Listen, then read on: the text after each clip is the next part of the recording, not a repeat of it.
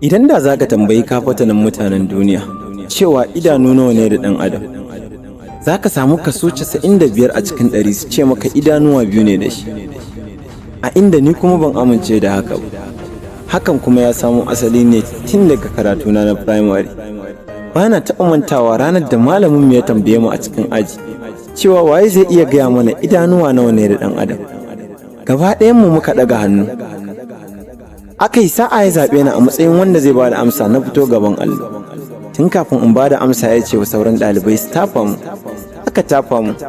Ya ce gaya mana idanuwa nawa ne da ɗan adam. Na ce to malam sukan iya yiwuwa 3. Wani ɓangaren kuma a samu 4. Malaminmu ya ji haushi ya ce koma ka zauna da ƙiƙin banza. Daga ƙarshe ya ce in ma fita in bar masa aji. Na fita na koma ƙofar aji na samu waje na tsaya. Jim kaɗan sai ga shugaban makaranta ya zo zai wuce. Ya ce ya na ganka a waje. Na ce malam ne ya ce in fita in bar aji. Ya jawo hannuna ya ce mu koma. Yana shiga ya ce wa malam ya aka yi ka sallamu wannan. Ya ce shugaba bari ka ji. Ya ce ka maimaita idanuwa nawa ne da ɗan adam. Na ce to malam za ta iya yiwuwa 3 za kuma ta iya yiwuwa 4. Ya ce shugaba kaji. Shugaban makaranta ya kalle ni cike da mamaki, wanda ni ana tunanin zai ƙara cewa an fita. Sai ji ne ya ce me dalilinka.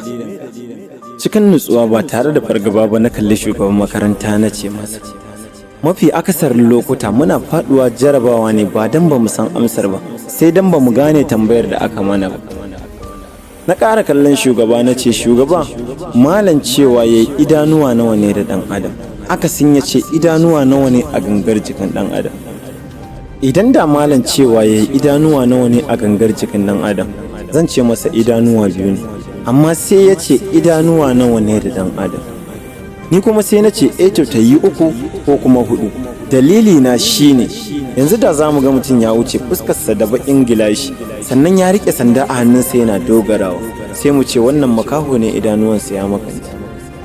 Haka zalika da za mu ga wani ya riƙe ya mace a bakin titi yana mata abin da bai kamata ba, ko kuma wanda aka bawa amana ya ci, ko kuma wanda aka yarda da shi ya ha'inci, sai mu ce wannan zuciyarsa ta makanci.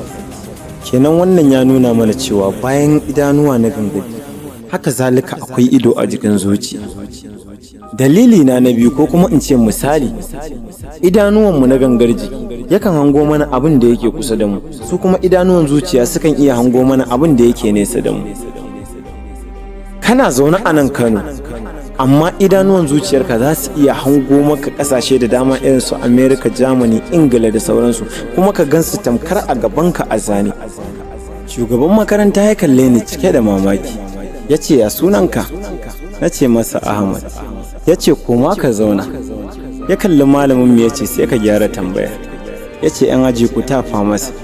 Tun daga nan na gano cewa ba idanuwa 2 bane da ɗan adam.